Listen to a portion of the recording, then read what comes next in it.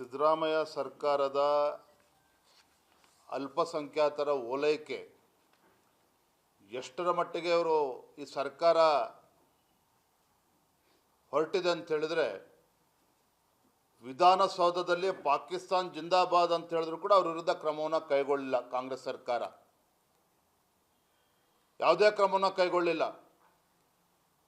ಹಳೆಯ ಪ್ರಕರಣ ಆದರೂ ಕೂಡ ಮತ್ತೊಮ್ಮೆ ಉಲ್ಲೇಖ ಮಾಡ್ತಾನೆ. ಇದೇ DJ-ಹಳ್ಳಿ KG-ಹಳ್ಳಿ ಪ್ರಕರಣದಲ್ಲಿ ಅಖಂಡ ಶ್ರೀನಿವಾಸ ಮೂರ್ತಿ ಒಬ್ಬ ದಲಿತ ಶಾಸಕ, ಕಾಂಗ್ರೆಸ್ ಪಕ್ಷದ ಶಾಸಕ, ಅವರ ಮನೆಗೆ ದೇಶದ್ರೋಹಿಗಳು ನುಗ್ಗಿ ಮನೆಗೆ ಬೆಂಕಿ ಇಟ್ಟರೂ ಸಹ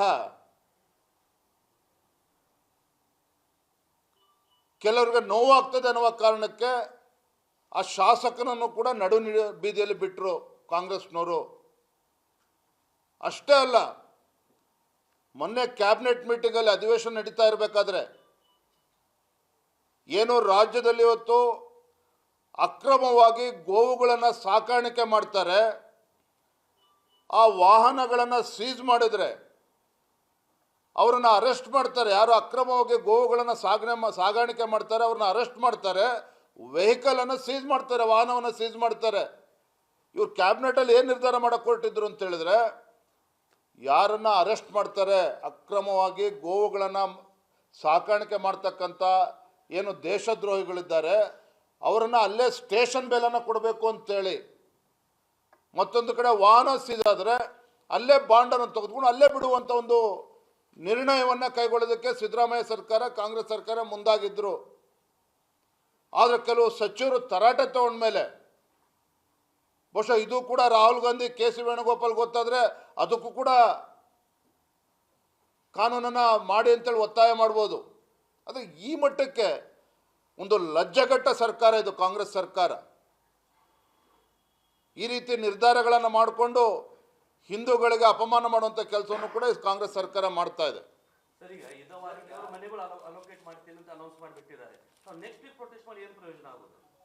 ನೆಕ್ಸ್ಟ್ ವೀಕ್ ಅಲ್ಲ, ನಾಳೆ ದಿನನೇ ನಾವು ಕೂಡ ನಮ್ಮ ಪಕ್ಷದ ಮುಖಂಡರು ಮಾತನಾಡಿದ್ದೇವೆ. ಮೊದಲು ಕನ್ನಡಿಗರಿಗೆ ಮನೆಯನ್ನು ಕೊಡಿ. ಯಾರು ಬೆಂಗಳೂರಿನಲ್ಲಿ ಬಡವರಿದ್ದಾರೆ, ಕಳೆದ 2-3 ವರ್ಷದಿಂದ ಅರ್ಜಿಗಳನ್ನು ಹಾಕಿಕೊಂಡು ಜಾತಕ ಪಕ್ಷಿಗಳ ಥರ ಕಾಯ್ತಾ ಇದ್ದಾರೆ, ಅವ್ರುಗಳಿಗೆ ಮನೆ ಕೊಡಿ. ಆಮೇಲೆ ಉಳಿದಂಥ ಮನೆಗಳು ಉಳಿದ್ರೆ ಯಾರಿಗೆ ಕೊಡಬೇಕು ತೀರ್ಮಾನ ಮಾಡಿ. ಇಲ್ಲ ಜಮೀರ್ ಅಹಮದ್ ಅವ್ರಿಗೆ ಹೇಳಿ ಅಕ್ರಮ ವಲಸಿಗರಿಗೆ ಮನೆ ಕೊಡಬೇಕು ಅಂತ ಹೇಳಿದ್ರೆ ಅವ್ರದ್ದೇ ಜಮೀನಿದ್ರೆ ಕಟ್ಸ್ಕೊಡ್ತಾರೆ. ಯಾಕೆ ಕನ್ನಡಿಗರಿಗೆ, ನಮ್ಮ ತೆರಿಗೆದಾರರ ಹಣಕ್ಕೆ ಯಾಕೆ ಅನ್ಯಾಯ ಮಾಡೋದಕ್ಕೆ ಹೊರಟಿದ್ದೀರಿ ನೀವು? ಸಿದ್ದರಾಮಯ್ಯ ಸರ್ಕಾರದ ಅಲ್ಪಸಂಖ್ಯಾತರ ಓಲೈಕೆ ಎಷ್ಟರ ಮಟ್ಟಿಗೆ ಅವರು ಈ ಸರ್ಕಾರ ಹೊರಟಿದೆ ಅಂತ ಹೇಳಿದ್ರೆ, ವಿಧಾನಸೌಧದಲ್ಲಿ ಪಾಕಿಸ್ತಾನ್ ಜಿಂದಾಬಾದ್ ಅಂತ ಹೇಳಿದ್ರು ಕೂಡ ಅವ್ರ ವಿರುದ್ಧ ಕ್ರಮವನ್ನು ಕೈಗೊಳ್ಳಿಲ್ಲ. ಕಾಂಗ್ರೆಸ್ ಸರ್ಕಾರ ಯಾವುದೇ ಕ್ರಮವನ್ನು ಕೈಗೊಳ್ಳಿಲ್ಲ. ಹಳೆಯ ಪ್ರಕರಣ ಆದರೂ ಕೂಡ ಮತ್ತೊಮ್ಮೆ ಉಲ್ಲೇಖ ಮಾಡ್ತಾನೆ. ಇದೇ DJ-ಹಳ್ಳಿ KG-ಹಳ್ಳಿ ಪ್ರಕರಣದಲ್ಲಿ ಅಖಂಡ ಶ್ರೀನಿವಾಸ ಮೂರ್ತಿ ಒಬ್ಬ ದಲಿತ ಶಾಸಕ, ಕಾಂಗ್ರೆಸ್ ಪಕ್ಷದ ಶಾಸಕ, ಅವರ ಮನೆಗೆ ದೇಶದ್ರೋಹಿಗಳು ನುಗ್ಗಿ ಮನೆಗೆ ಬೆಂಕಿ ಇಟ್ಟರೂ ಸಹ ಕೆಲವರಿಗೆ ನೋವಾಗ್ತದೆ ಅನ್ನುವ ಕಾರಣಕ್ಕೆ ಆ ಶಾಸಕನನ್ನು ಕೂಡ ನಡು ಬೀದಿಯಲ್ಲಿ ಬಿಟ್ಟರು ಕಾಂಗ್ರೆಸ್ನವರು. ಅಷ್ಟೇ ಅಲ್ಲ, ಮೊನ್ನೆ ಕ್ಯಾಬಿನೆಟ್ ಮೀಟಿಂಗಲ್ಲಿ ಅಧಿವೇಶನ ನಡೀತಾ ಇರಬೇಕಾದ್ರೆ ಏನು ರಾಜ್ಯದಲ್ಲಿ ಇವತ್ತು ಅಕ್ರಮವಾಗಿ ಗೋವುಗಳನ್ನು ಸಾಕಾಣಿಕೆ ಮಾಡ್ತಾರೆ, ಆ ವಾಹನಗಳನ್ನು ಸೀಜ್ ಮಾಡಿದರೆ ಅವರನ್ನು ಅರೆಸ್ಟ್ ಮಾಡ್ತಾರೆ. ಯಾರು ಅಕ್ರಮವಾಗಿ ಗೋವುಗಳನ್ನು ಸಾಗಾಣಿಕೆ ಮಾಡ್ತಾರೆ ಅವ್ರನ್ನ ಅರೆಸ್ಟ್ ಮಾಡ್ತಾರೆ, ವೆಹಿಕಲನ್ನು ಸೀಜ್ ಮಾಡ್ತಾರೆ, ವಾಹನವನ್ನು ಸೀಜ್ ಮಾಡ್ತಾರೆ. ಇವ್ರು ಕ್ಯಾಬಿನೆಟಲ್ಲಿ ಏನು ನಿರ್ಧಾರ ಮಾಡೋಕ್ಕೆ ಹೊರಟಿದ್ರು ಅಂತ ಹೇಳಿದ್ರೆ, ಯಾರನ್ನು ಅರೆಸ್ಟ್ ಮಾಡ್ತಾರೆ ಅಕ್ರಮವಾಗಿ ಗೋವುಗಳನ್ನು ಸಾಕಾಣಿಕೆ ಮಾಡ್ತಕ್ಕಂಥ ಏನು ದೇಶದ್ರೋಹಿಗಳಿದ್ದಾರೆ ಅವರನ್ನು ಅಲ್ಲೇ ಸ್ಟೇಷನ್ ಬೇಲನ್ನು ಕೊಡಬೇಕು ಅಂತೇಳಿ, ಮತ್ತೊಂದು ಕಡೆ ವಾಹನ ಸೀಜ್ ಆದರೆ ಅಲ್ಲೇ ಬಾಂಡನ್ನು ತೆಗೆದುಕೊಂಡು ಅಲ್ಲೇ ಬಿಡುವಂಥ ಒಂದು ನಿರ್ಣಯವನ್ನು ಕೈಗೊಳ್ಳೋದಕ್ಕೆ ಸಿದ್ದರಾಮಯ್ಯ ಸರ್ಕಾರ, ಕಾಂಗ್ರೆಸ್ ಸರ್ಕಾರ ಮುಂದಾಗಿದ್ದರು. ಆದರೆ ಕೆಲವು ಸಚಿವರು ತರಾಟೆ ತಗೊಂಡ್ಮೇಲೆ, ಬಹುಶಃ ಇದು ಕೂಡ ರಾಹುಲ್ ಗಾಂಧಿ, KC ವೇಣುಗೋಪಾಲ್ ಗೊತ್ತಾದರೆ ಅದಕ್ಕೂ ಕೂಡ ಕಾನೂನನ್ನು ಮಾಡಿ ಅಂತೇಳಿ ಒತ್ತಾಯ ಮಾಡ್ಬೋದು. ಆದರೆ ಈ ಮಟ್ಟಕ್ಕೆ ಒಂದು ಲಜ್ಜೆಗೆಟ್ಟ ಸರ್ಕಾರ ಇದು ಕಾಂಗ್ರೆಸ್ ಸರ್ಕಾರ. ಈ ರೀತಿ ನಿರ್ಧಾರಗಳನ್ನು ಮಾಡಿಕೊಂಡು ಹಿಂದೂಗಳಿಗೆ ಅಪಮಾನ ಮಾಡುವಂಥ ಕೆಲಸವನ್ನು ಕೂಡ ಕಾಂಗ್ರೆಸ್ ಸರ್ಕಾರ ಮಾಡ್ತಾ ಇದೆ. ಸರ್, ಈಗ ಇದ್ದವಾರಿಗೆ ಅವರು ಮನೆಗಳು ಅಲೋಕೇಟ್ ಮಾಡ್ತೀನಿ ಅಂತ ಅನೌನ್ಸ್ ಮಾಡಿಬಿಟ್ಟಿದ್ದಾರೆ. ಸೊ ನೆಕ್ಸ್ಟ್ ವೀಕ್ ಪ್ರೊಟೆಸ್ಟ್ ಮಾಡಿ ಏನು ಪ್ರಯೋಜನ ಆಗೋದು? ನೆಕ್ಸ್ಟ್ ವೀಕಲ್ಲ, ನಾಳೆ ದಿನನೇ ನಾವು ಕೂಡ ನಮ್ಮ ಪಕ್ಷದ ಮುಖಂಡರು ಮಾತನಾಡಿದ್ದೇವೆ. ಮೊದಲು ಕನ್ನಡಿಗರಿಗೆ ಮನೆಯನ್ನು ಕೊಡಿ. ಯಾರು ಬೆಂಗಳೂರಿನಲ್ಲಿ ಬಡವರಿದ್ದಾರೆ, ಕಳೆದ 2-3 ವರ್ಷದಿಂದ ಅರ್ಜಿಗಳನ್ನು ಹಾಕಿಕೊಂಡು ಜಾತಕ ಪಕ್ಷಿಗಳ ಥರ ಕಾಯ್ತಾ ಇದ್ದಾರೆ, ಅವ್ರುಗಳಿಗೆ ಮನೆ ಕೊಡಿ. ಆಮೇಲೆ ಉಳಿದಂಥ ಮನೆಗಳು ಉಳಿದ್ರೆ ಯಾರಿಗೆ ಕೊಡಬೇಕು ತೀರ್ಮಾನ ಮಾಡಿ. ಇಲ್ಲ ಜಮೀರ್ ಅಹಮದ್ ಅವ್ರಿಗೆ ಹೇಳಿ ಅಕ್ರಮ ವಲಸಿಗರಿಗೆ ಮನೆ ಕೊಡಬೇಕು ಅಂತ ಹೇಳಿದ್ರೆ ಅವ್ರದ್ದೇ ಜಮೀನು ಇದ್ರೆ ಕಟ್ಸ್ಕೊಡ್ತಾರೆ. ಯಾಕೆ ಕನ್ನಡಿಗರಿಗೆ ನಮ್ಮ ತೆರಿಗೆದಾರರ ಹಣಕ್ಕೆ ಯಾಕೆ ಅನ್ಯಾಯ ಮಾಡೋದು ಕೊಟ್ಟಿದ್ದೀರಿ ನೀವು? ಸಿದ್ದರಾಮಯ್ಯ ಸರ್ಕಾರದ ಅಲ್ಪಸಂಖ್ಯಾತರ ಓಲೈಕೆ ಎಷ್ಟರ ಮಟ್ಟಿಗೆ ಅವರು ಈ ಸರ್ಕಾರ ಹೊರಟಿದೆ ಅಂತ ಹೇಳಿದ್ರೆ, ವಿಧಾನಸೌಧದಲ್ಲಿ ಪಾಕಿಸ್ತಾನ್ ಜಿಂದಾಬಾದ್ ಅಂತ ಹೇಳಿದ್ರು ಕೂಡ ಅವ್ರ ವಿರುದ್ಧ ಕ್ರಮವನ್ನು ಕೈಗೊಳ್ಳಿಲ್ಲ ಕಾಂಗ್ರೆಸ್ ಸರ್ಕಾರ. ಯಾವುದೇ ಕ್ರಮವನ್ನು ಕೈಗೊಳ್ಳಿಲ್ಲ.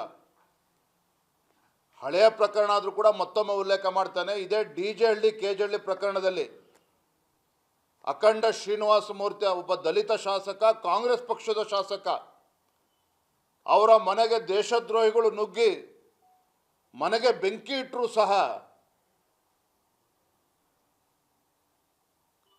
ಕೆಲವರಿಗೆ ನೋವಾಗ್ತದೆ ಅನ್ನುವ ಕಾರಣಕ್ಕೆ ಆ ಶಾಸಕನನ್ನು ಕೂಡ ನಡು ಬೀದಿಯಲ್ಲಿ ಬಿಟ್ಟರು ಕಾಂಗ್ರೆಸ್ನವರು.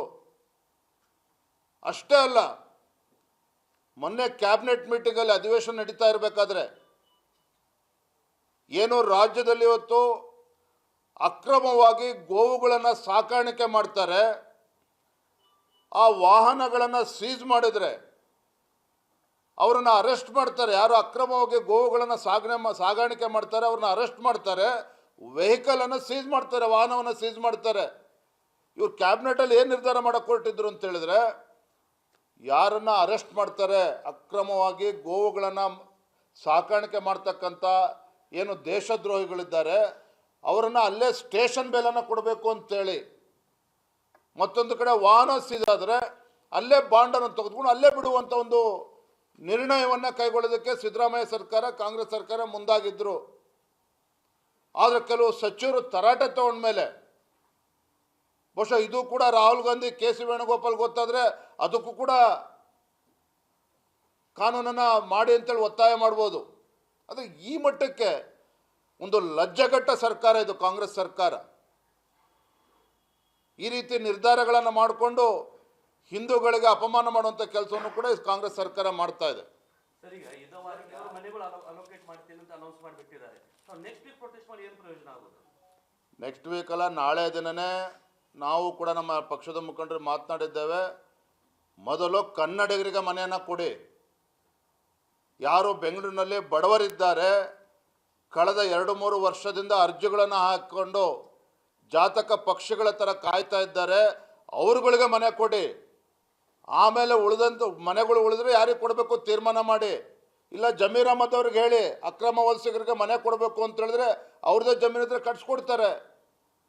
ಯಾಕೆ ಕನ್ನಡಿಗರಿಗೆ ನಮ್ಮ ತೆರಿಗೆದಾರರ ಹಣಕ್ಕೆ ಯಾಕೆ ಅನ್ಯಾಯ ಮಾಡೋದು ಕೊಟ್ಟಿದ್ದೀರಿ ನೀವು?